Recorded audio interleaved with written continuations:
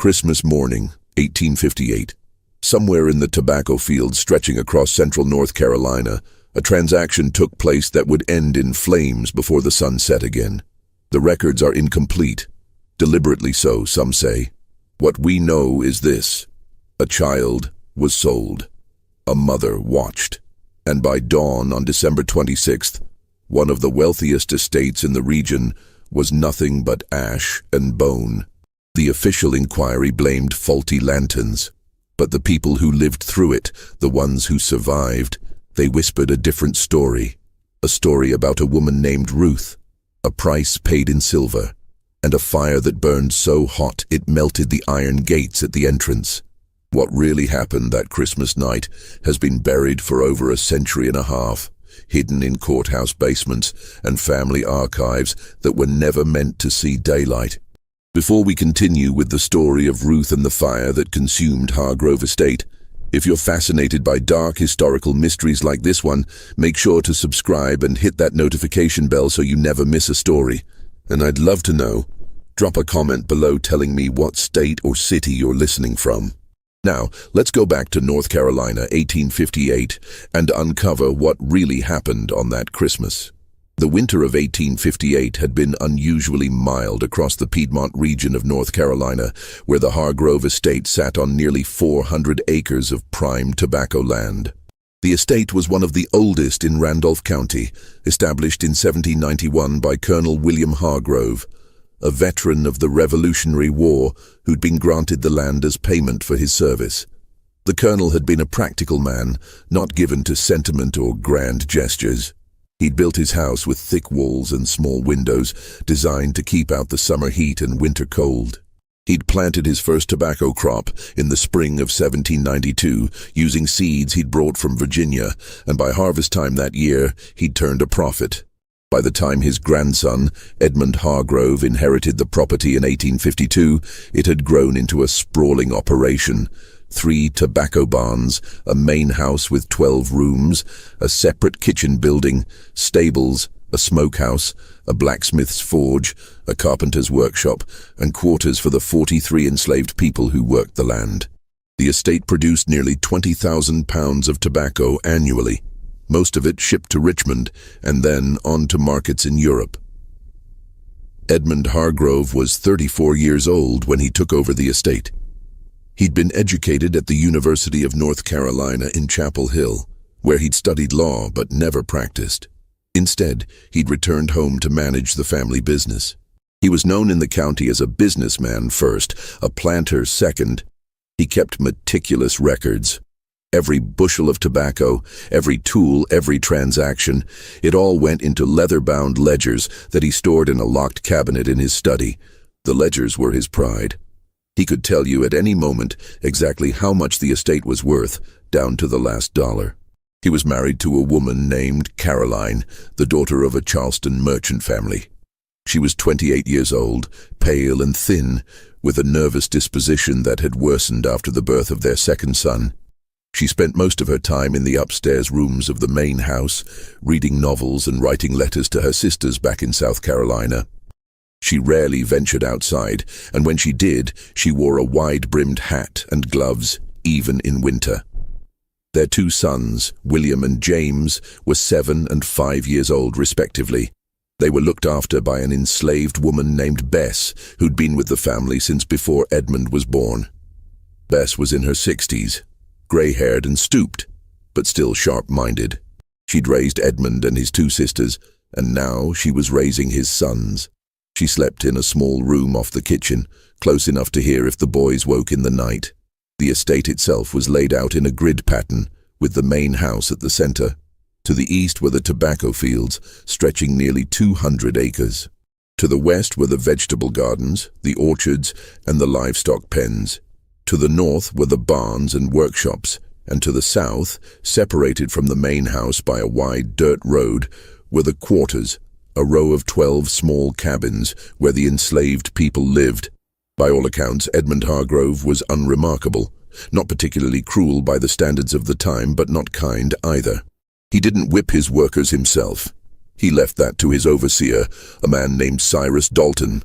But he didn't intervene when Dalton did. He provided adequate food and clothing, but nothing more. He allowed the enslaved people to keep small gardens behind their cabins, and he gave them Christmas Day off from work. But he charged them for any supplies they needed beyond what he provided. He ran his estate the way he ran everything else in his life, with cold efficiency and an eye always on profit. Ruth had been born on the Hargrove estate in the spring of 1834. Her mother, Dinah, had been brought to the estate as a young woman in the 1820s, purchased from a trader in Fayetteville. Dinah had worked in the main house as a cook, a position that carried a certain status among the enslaved community. She was known for her skill with bread and pastries, and Caroline Hargrove had relied on her heavily, especially during the years when she was pregnant and unable to manage the household herself. Ruth had grown up in the main house, helping her mother in the kitchen. She'd learned to read by watching the Hargrove children do their lessons, and she'd learned to cook by standing at her mother's elbow, watching her knead dough and stir pots. She was a quiet child, observant and careful, with her mother's dark eyes and quick hands. When Ruth was 11, Dinah fell ill with a fever. It came on suddenly in the middle of summer, and within 3 days she was dead. The doctor who examined her said it was likely typhoid, though he couldn't be certain. She was buried in the small cemetery behind the quarters in an unmarked grave next to a dozen others. After Dinah's death, Ruth was moved to the fields. She was too young to work the tobacco rows, so she was assigned to lighter tasks, carrying water, pulling weeds, gathering the leaves after they'd been cut. By the time she was 14, she was working full days, bent over the rows from dawn until dusk, her hands stained brown from the tobacco sap. She was 17 when she met Samuel. Samuel had been born on a plantation in Virginia and sold south when he was 15. He'd been purchased by Edmund Hargrove in 1850, along with 3 other men, to work in the tobacco barns. He was tall and broad-shouldered, with a quiet strength that made him well-liked among the other workers. He didn't talk much, but when he did, people listened. He noticed Ruth one Sunday afternoon in the late summer of 1851.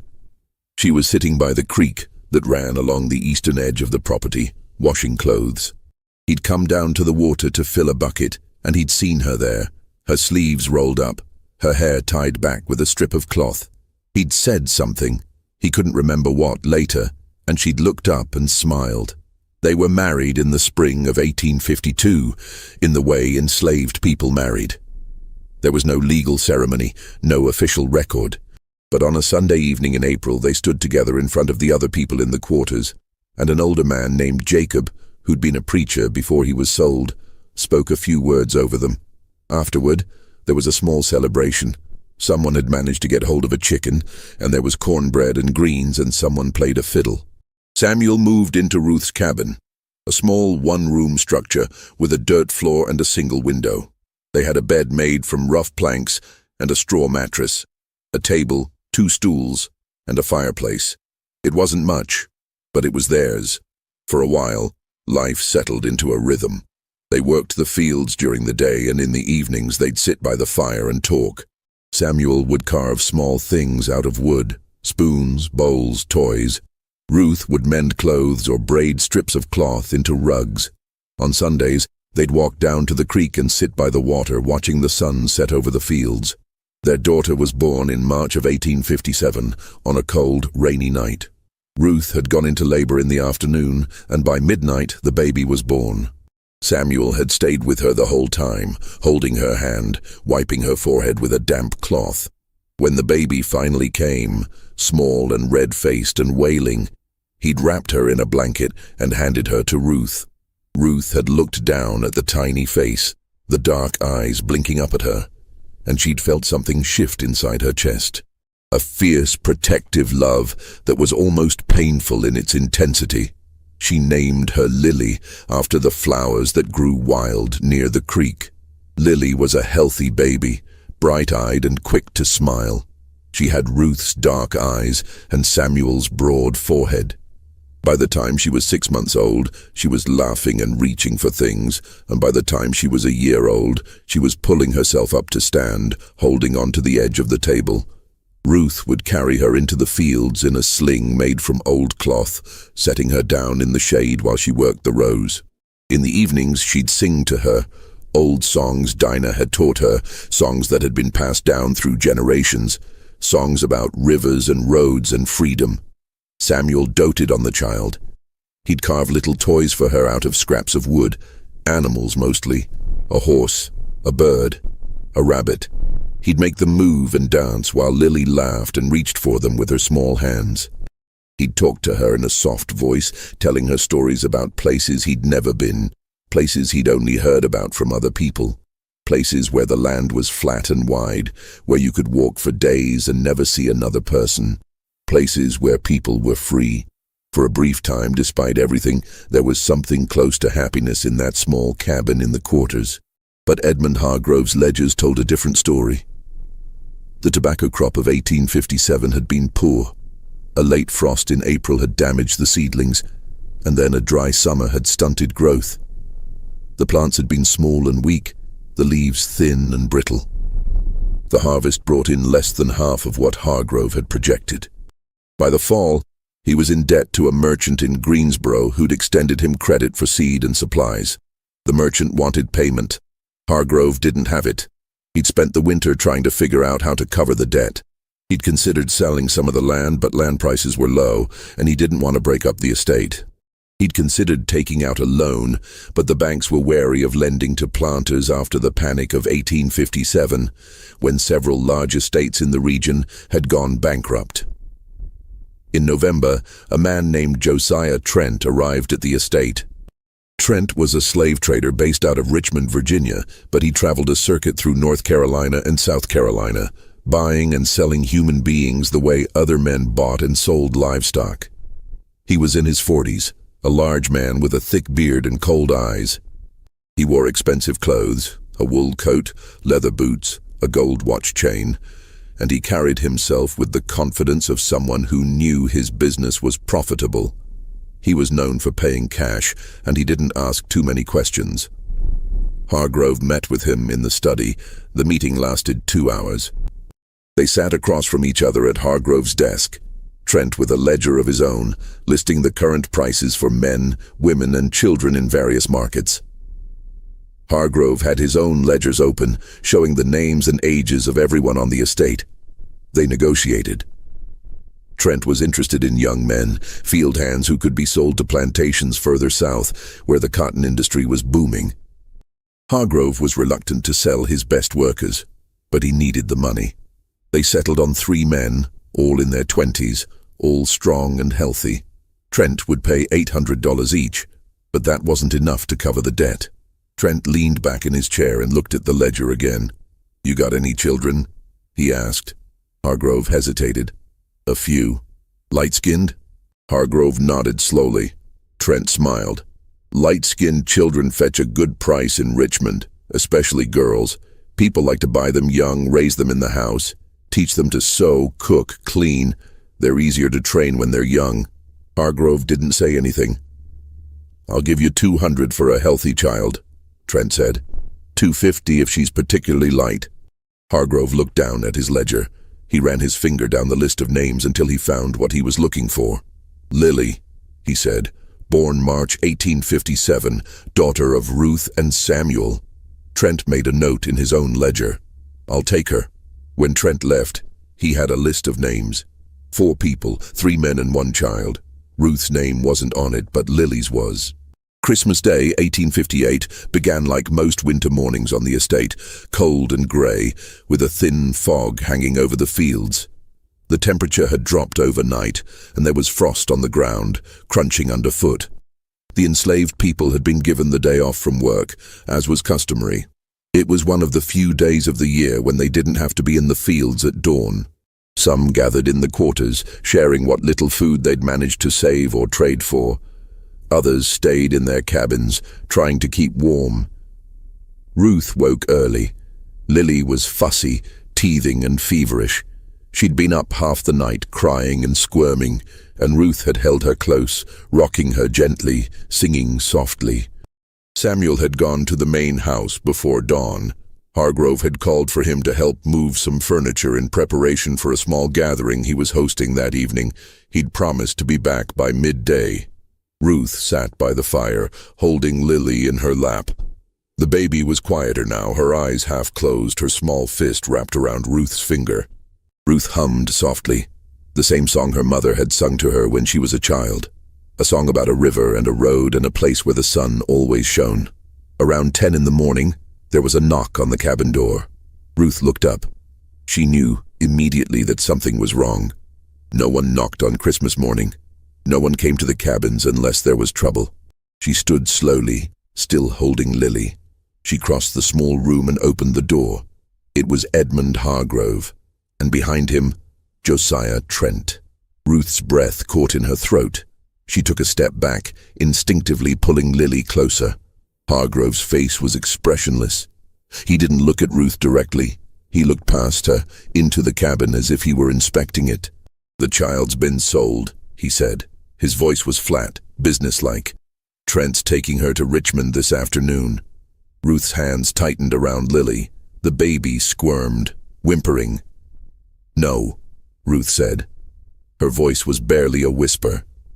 Hargrove finally looked at her. His expression didn't change. "It's done. The papers are signed." Ruth shook her head. Please, she's just a baby. She's not even 2 years old." Trent stepped forward. He was a large man, broad-shouldered, with a face that showed no emotion. "Make it easy on yourself," he said. "Hand her over." Ruth backed toward the far wall of the cabin. "Please," she said again. "Please don't do this." "She'll fetch a good price in Richmond," Trent said. "Light-skinned children always do. Someone'll raise her in a house, teach her to sew or cook. She'll have a better life than she'd have here." "She's my daughter." Hargrove's voice was cold. "She's my property, and I need the money." Ruth looked at him, really looked at him, at his expensive coat, his polished boots, his clean hands, at the gold watch chain hanging from his vest pocket, at the face that showed no trace of guilt or hesitation. "You're selling my baby on Christmas," she said.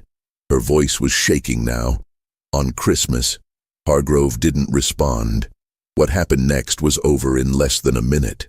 Trent moved quickly, crossing the small cabin in 2 strides.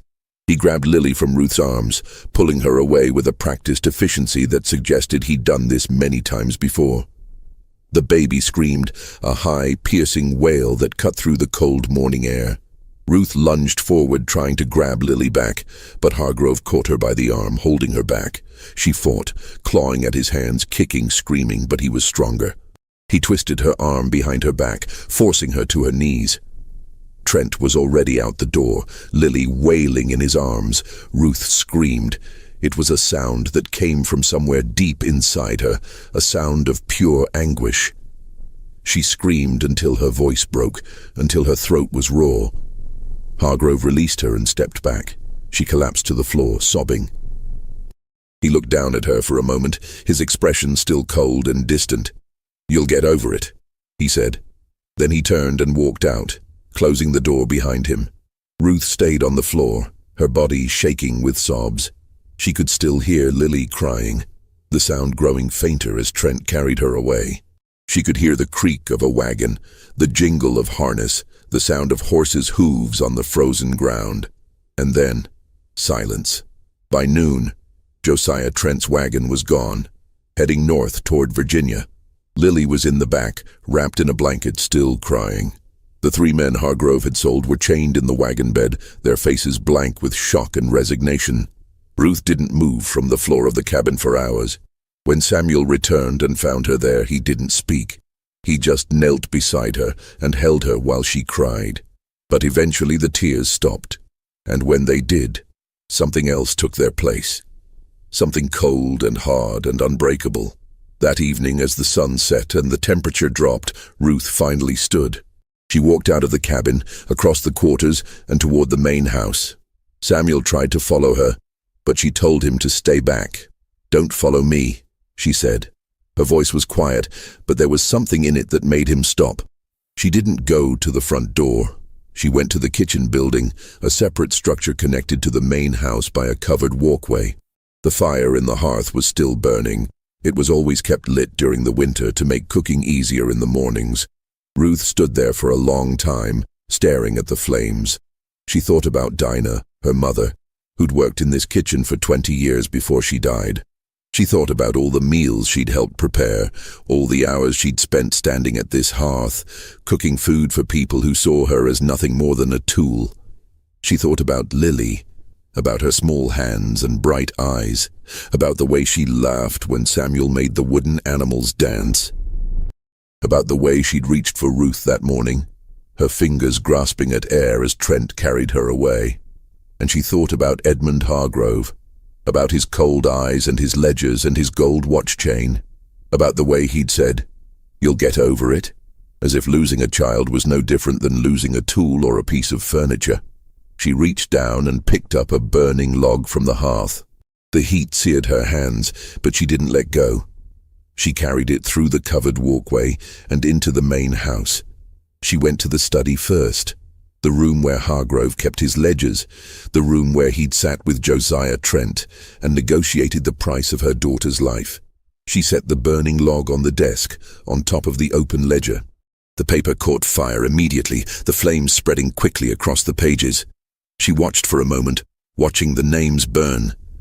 All those names, all those people who'd been bought and sold, reduced to entries in a ledger. Then she turned and walked out. She went to the parlor next, where Caroline Hargrove kept her expensive furniture and her imported rugs. She set fire to the curtains, watching them go up in flames. Then the dining room, the sitting room, the hallway. By the time she reached the front door, the entire first floor was burning. She walked out into the cold night air and stood in the yard, watching the flames spread. She could hear shouting now, people running, someone screaming. But she didn't move.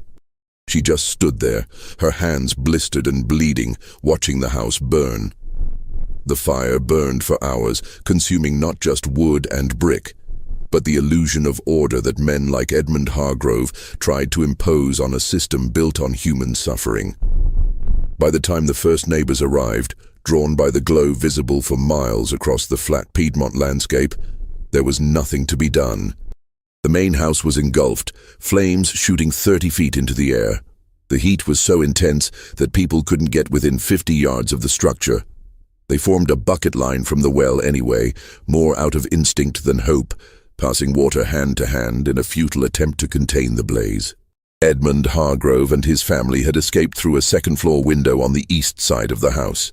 Caroline had jumped first, landing badly and breaking her ankle.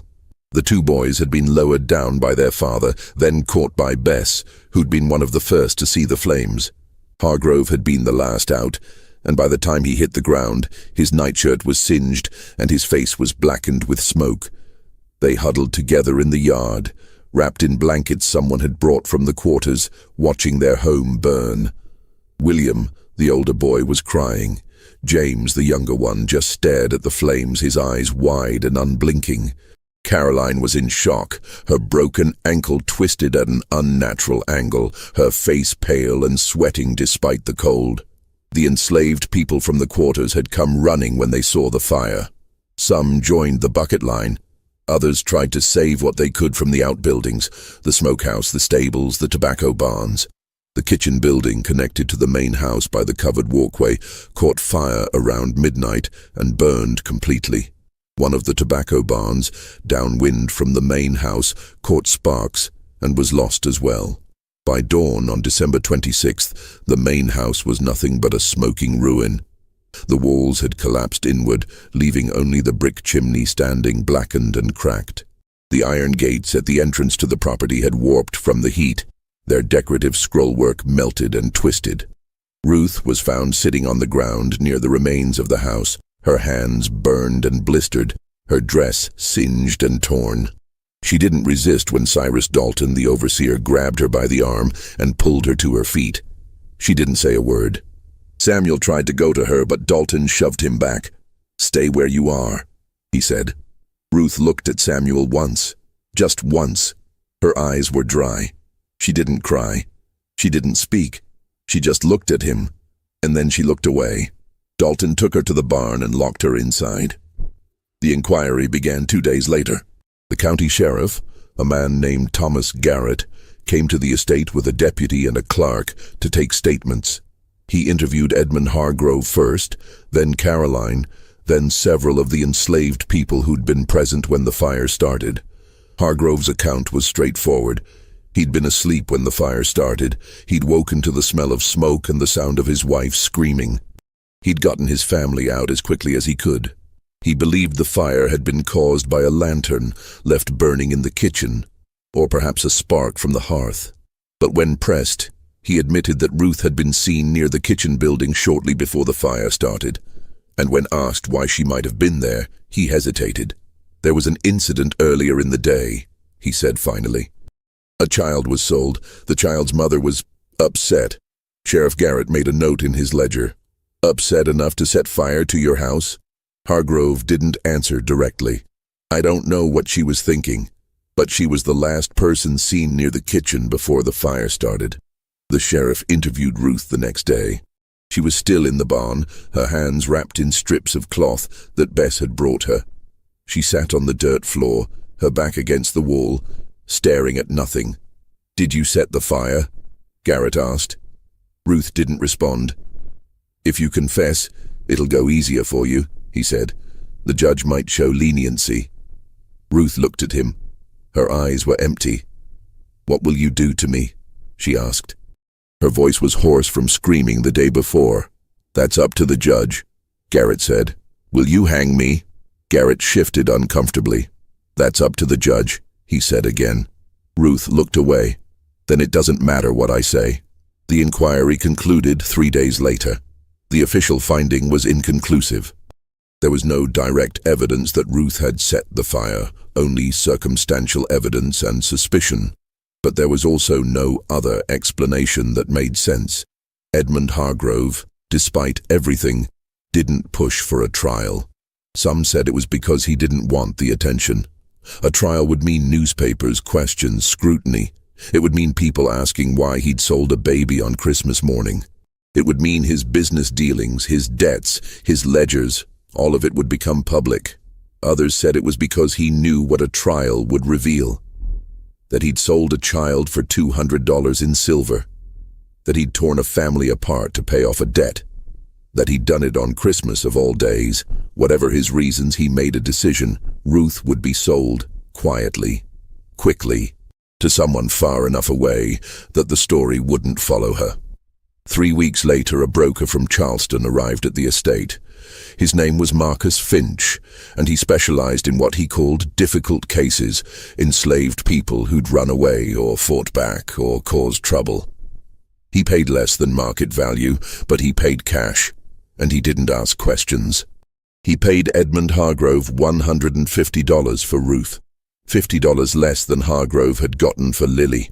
Ruth was taken away on a cold morning in late January. She didn't say goodbye to Samuel. She didn't look back at the quarters, or the fields, or the ruins of the main house. She just climbed into the back of Finch's wagon and sat down, her hands still bandaged, her face expressionless. Samuel watched her go. He stood in the yard outside their cabin, his hands clenched into fists, his jaw tight. He didn't cry. He didn't speak. He just watched until the wagon disappeared down the road. That night, he went into the cabin and found the small wooden rabbit he'd carved for Lily. He held it in his hands for a long time, running his fingers over the smooth wood, remembering the way Lily had laughed when he made it hop across the table. Then he wrapped it in a piece of cloth and buried it beneath the floorboards, in the corner where Lily's cradle had been. The years that followed were hard ones for the Hargrove estate. Edmund Hargrove rebuilt, but it took time and money he didn't have. He borrowed from banks in Greensboro and Raleigh, putting up the land as collateral. He hired new workers to replace the ones he'd sold. But they were expensive, and the tobacco crops continued to be unpredictable. By 1860, the estate was barely breaking even. Hargrove had built a new house, smaller and simpler than the original, with fewer rooms and no decorative details. It was functional, nothing more. He'd also rebuilt the kitchen as a separate structure, but this time he'd had it built farther from the main house, with a stone foundation and a brick chimney that extended well above the roofline. He'd become obsessed with fire safety. Every door in the new house had a lock. Every window had shutters that could be barred from the inside. He kept buckets of water stationed at intervals around the property, and he'd had a bell installed near the main house that could be rung in case of emergency. He also kept a rifle by his bed, and he slept poorly. Caroline never fully recovered from the fire. Her ankle healed badly, leaving her with a permanent limp. But the physical injury was nothing compared to the psychological one. She'd developed a terror of fire that bordered on obsession. She refused to allow candles in the house, insisting that only oil lamps be used, and even then, only in rooms where someone was present. She wouldn't let the boys play near the hearth. She had nightmares, waking in the middle of the night screaming that she smelled smoke. By 1861, she'd stopped leaving the house entirely. She spent her days in the upstairs bedroom, reading the same books over and over, writing letters to her sisters that she never sent.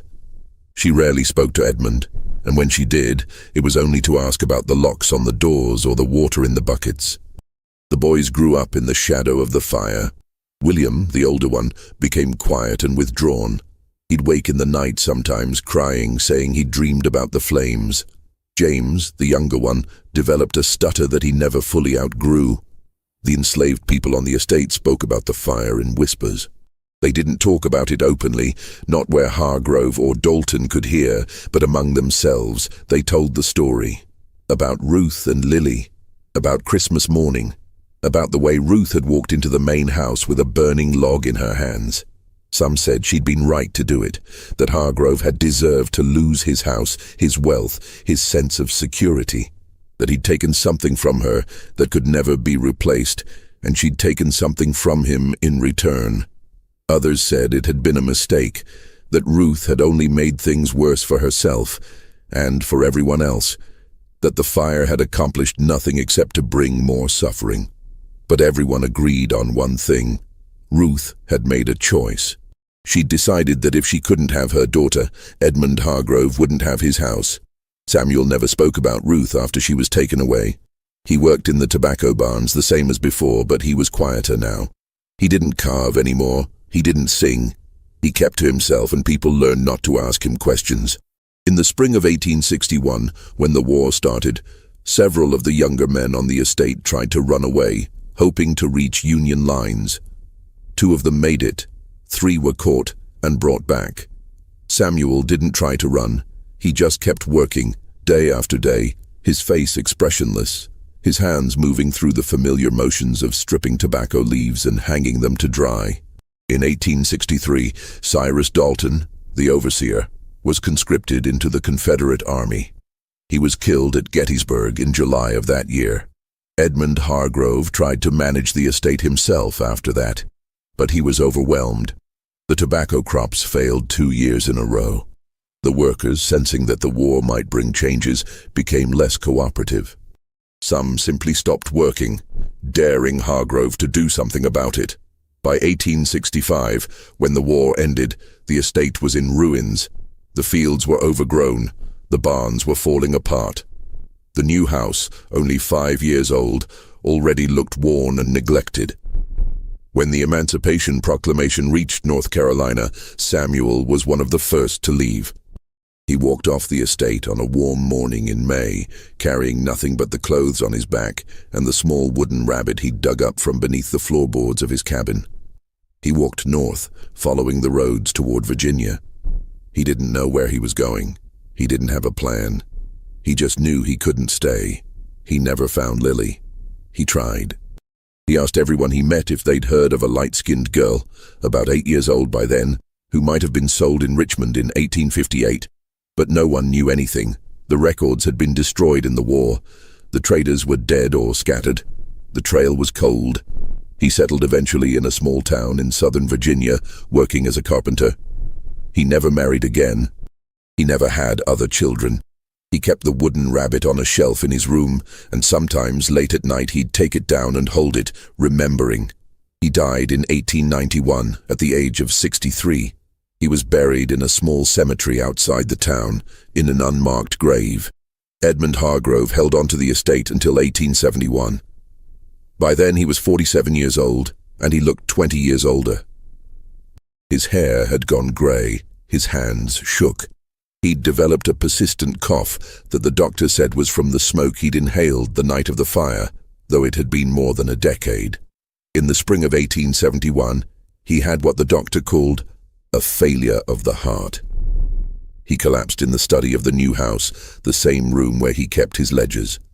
He was found by one of the workers, slumped over his desk, his hand still holding a pen.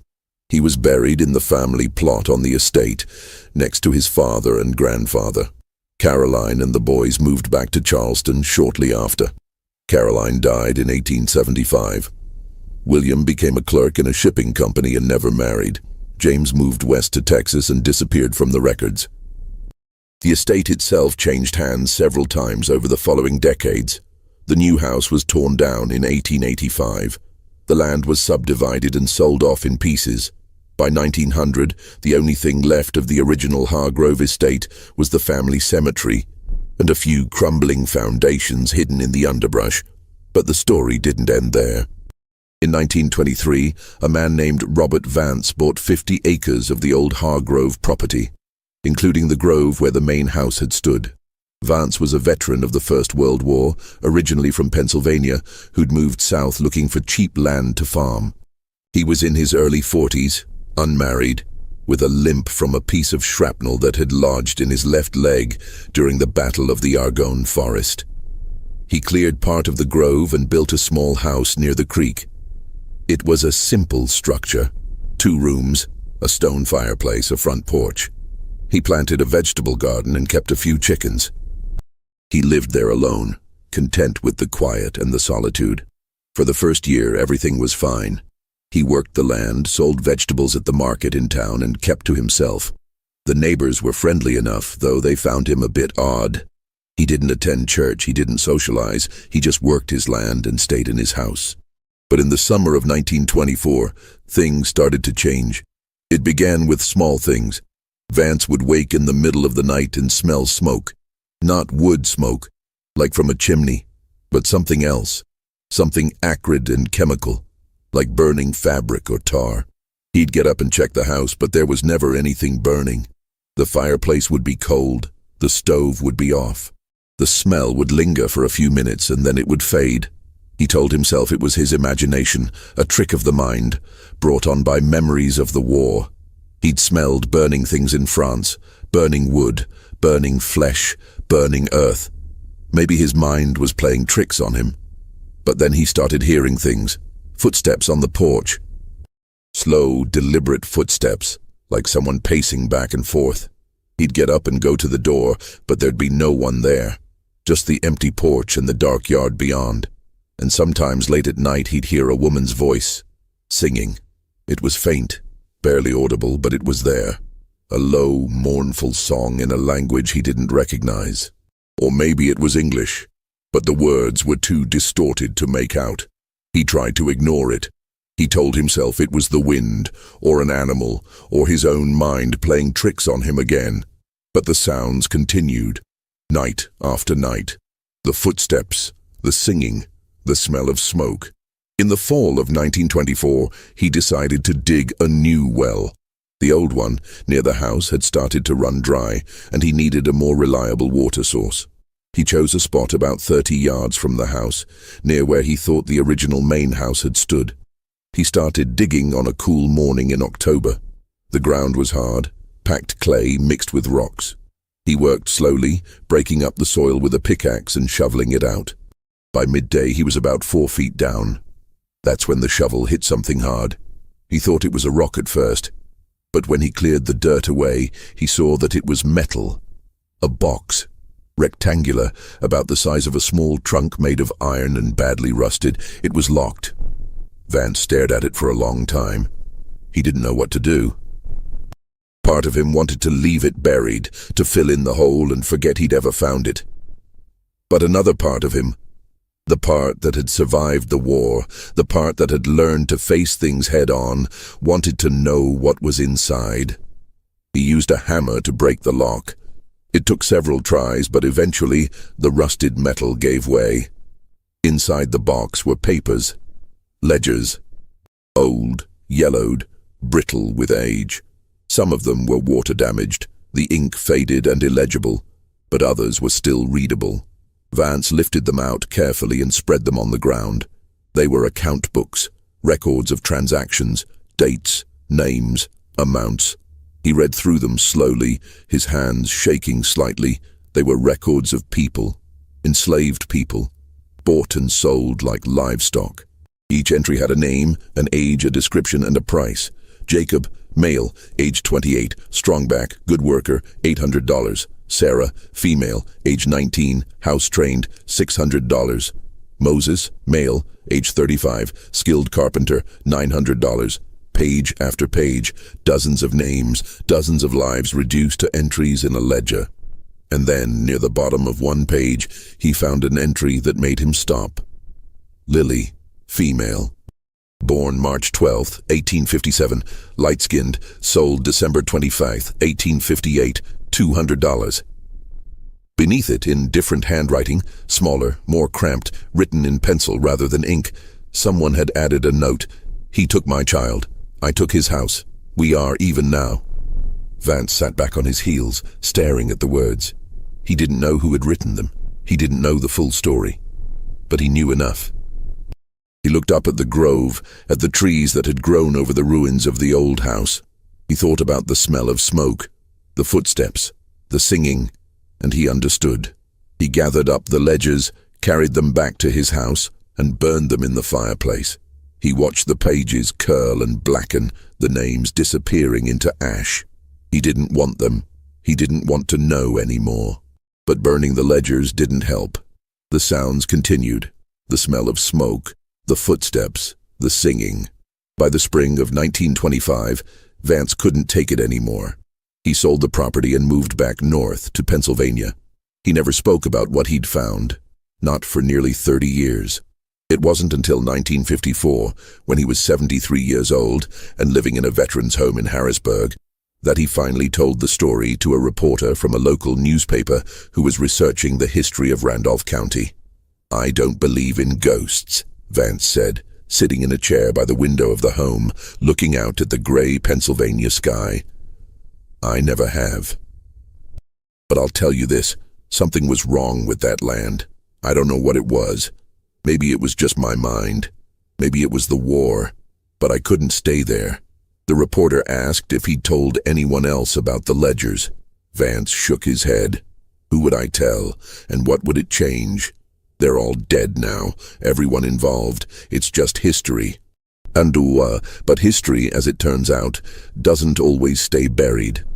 In 1968, a graduate student named Margaret Colby was researching her thesis on enslaved families in the antebellum South.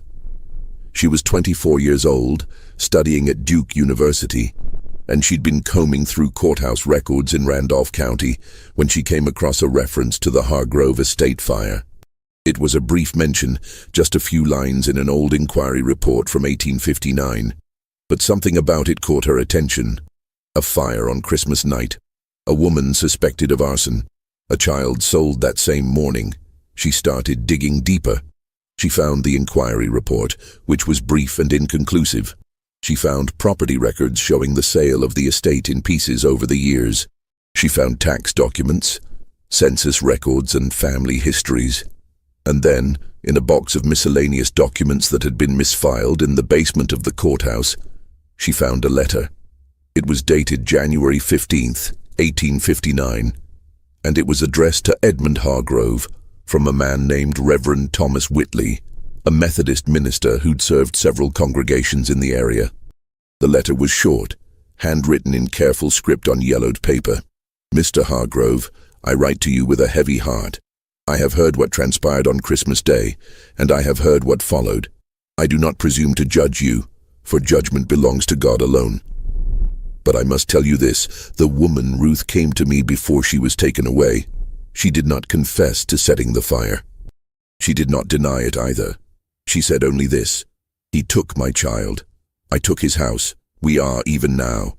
I fear, Mr. Hargrove, that you are not even. I fear that what you have sown, you will reap in ways you cannot yet imagine. I urge you to seek forgiveness, not from me but from the Lord, and to make amends where you can. Your servant in Christ, Reverend Thomas Whitley." Margaret Colby made a copy of the letter and included it in her thesis. The thesis was titled "Fractured Families: The Impact of Child Sales on Enslaved Communities in North Carolina, 1820–1865. It was well researched and carefully argued, but it was never published. She left graduate school in 1970 to get married and never returned to finish her degree.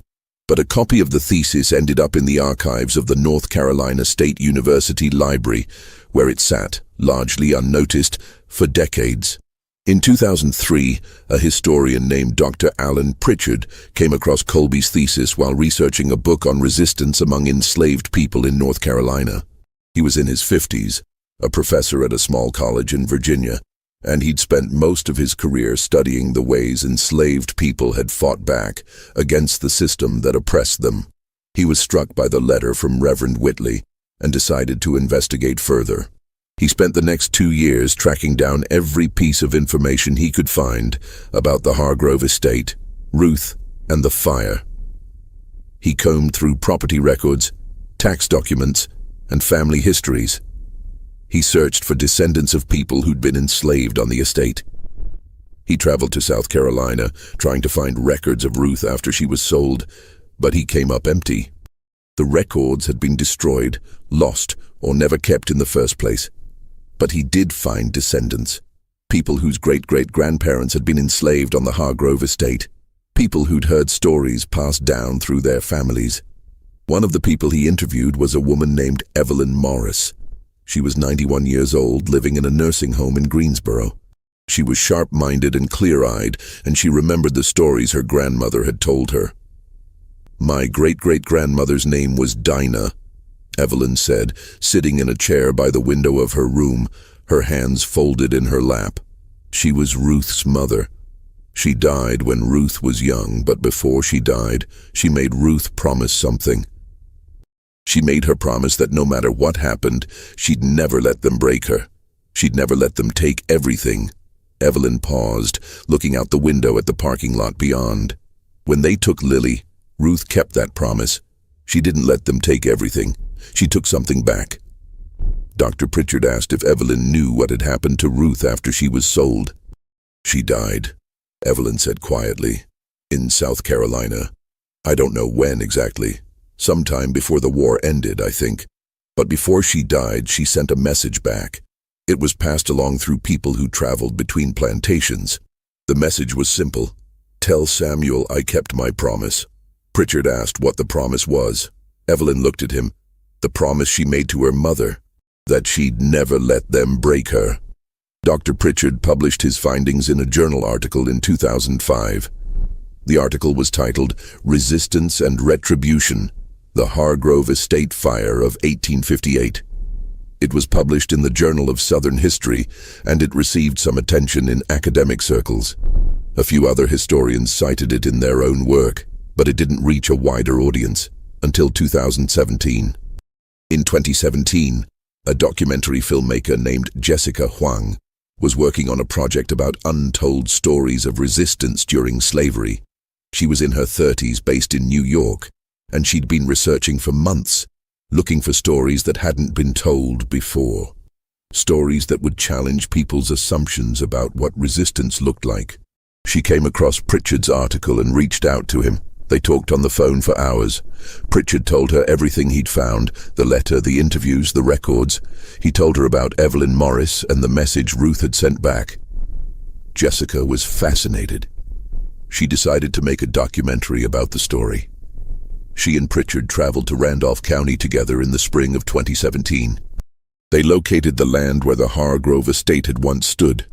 It was now part of a larger farm, owned by a family who'd had the property for 3 generations.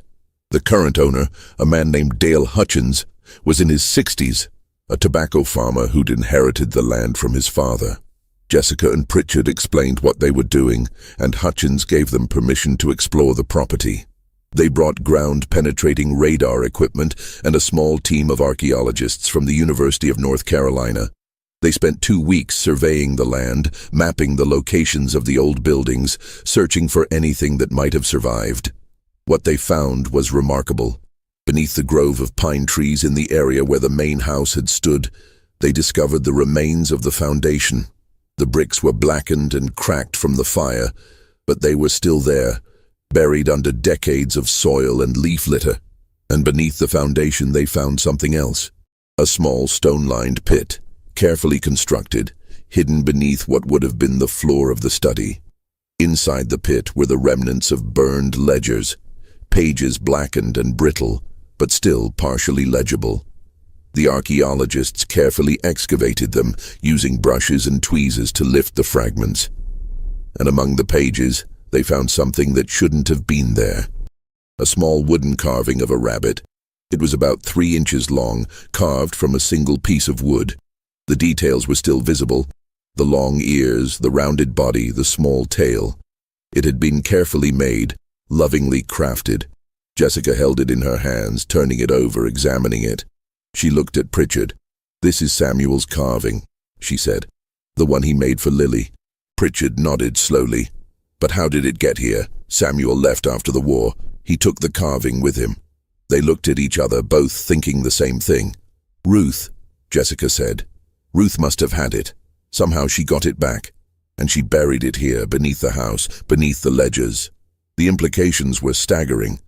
Ruth hadn't just set the fire in a moment of rage. She'd planned it. She'd gone into the study, found the ledgers, the records of every person Hargrove had bought and sold, and she'd burned them.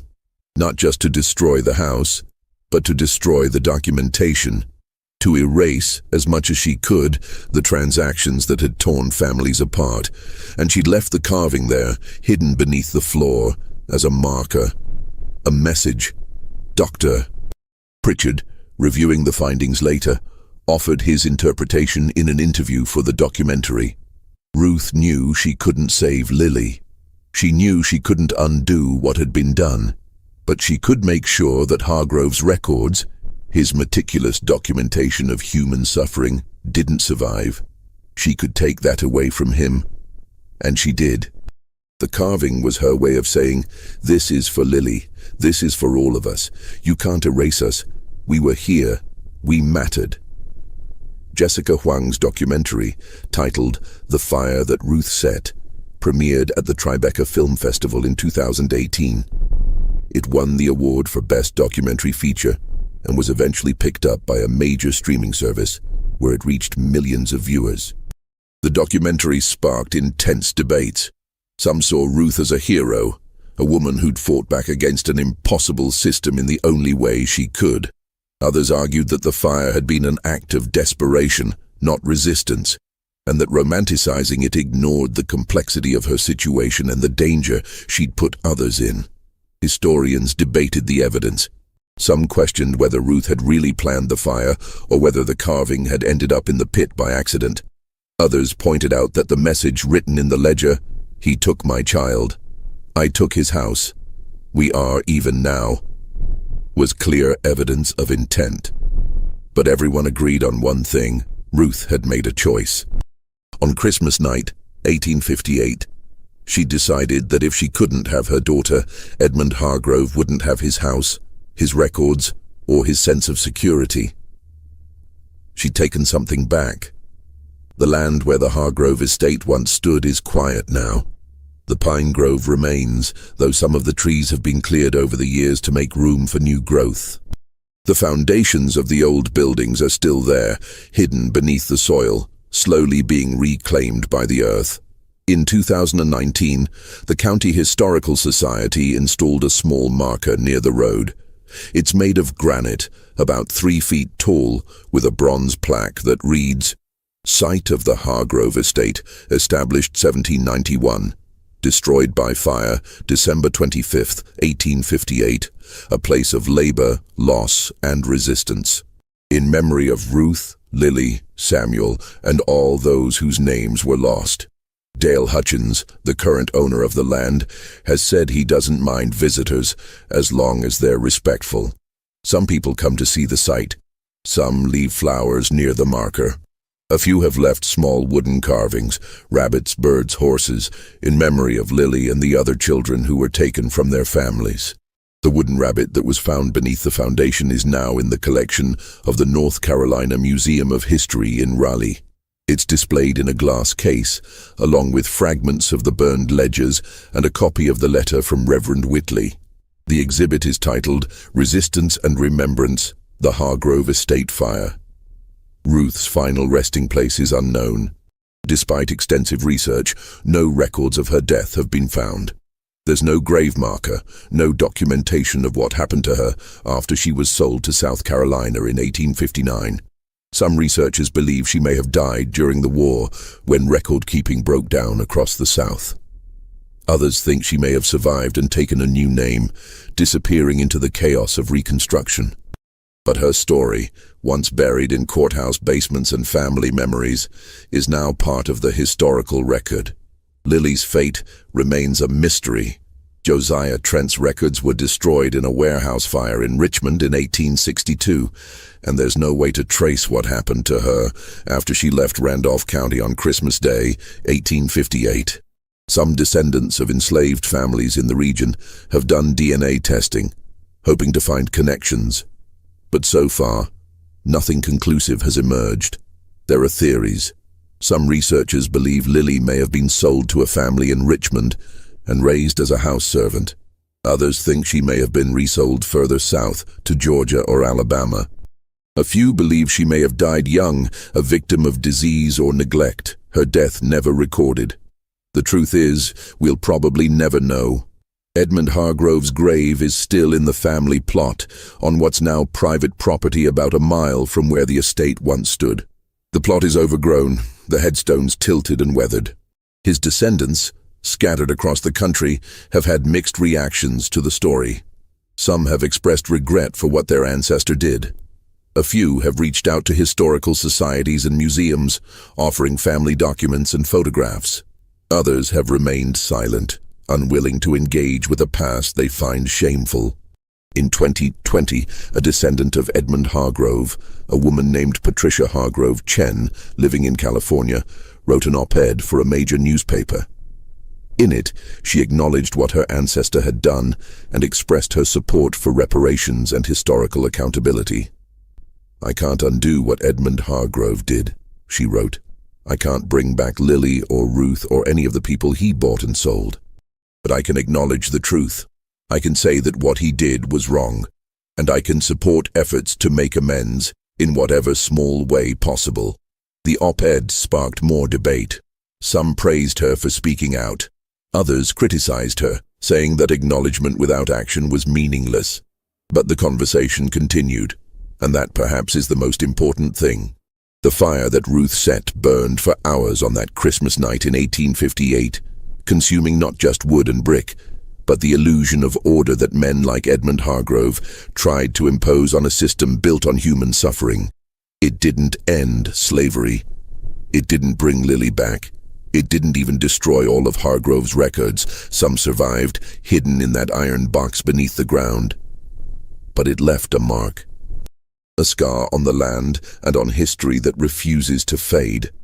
In the years since the documentary was released, the story of Ruth and the Hargrove estate fire has become part of the broader conversation about slavery, resistance, and memory. It's been taught in classrooms. It's been discussed in book clubs. It's been the subject of academic papers and public lectures. And every year on Christmas Day, a small group of people gather at the marker near the road. They're descendants of enslaved families from the region, historians, activists, and others who've been moved by the story. They hold a brief ceremony, a few words, a song, a moment of silence. They leave flowers and wooden carvings. They remember. Because that's what Ruth wanted. Not revenge exactly. Not justice in the legal sense, but remembrance, a refusal to let the story be buried and forgotten. She wanted people to know that she was there, that Lily was there, that they mattered. And now, more than a century and a half later, We do know. We remember. The story of Ruth and the fire she set on Christmas night, 1858, is a story about loss and rage and the impossible choices people are forced to make in impossible circumstances. It's a story about a mother who lost her child and decided that if she couldn't have justice, she'd have retribution. It's a story about a man who valued profit over humanity and paid a price for it, though perhaps not a high enough one. But most of all, it's a story about resistance, about the ways people fight back, even when the odds are overwhelming, about the ways they refuse to be erased, even when the system is designed to erase them. Ruth couldn't save Lily. She couldn't free herself. She couldn't change the system that had enslaved her, but she could light a fire. And she did. And that fire, in its own way, is still burning. What do you think of this story? Do you believe Ruth's act was justice, or simply tragedy compounding tragedy? Was she a hero who fought back against an evil system, or a desperate woman who made a terrible choice? Leave your comment below. I'd love to hear your thoughts. If you enjoyed this tale and want more dark historical mysteries like this, make sure to subscribe, hit that notification bell, and share this video with someone who loves untold stories. There are so many more buried in the past waiting to be uncovered. See you in the next video.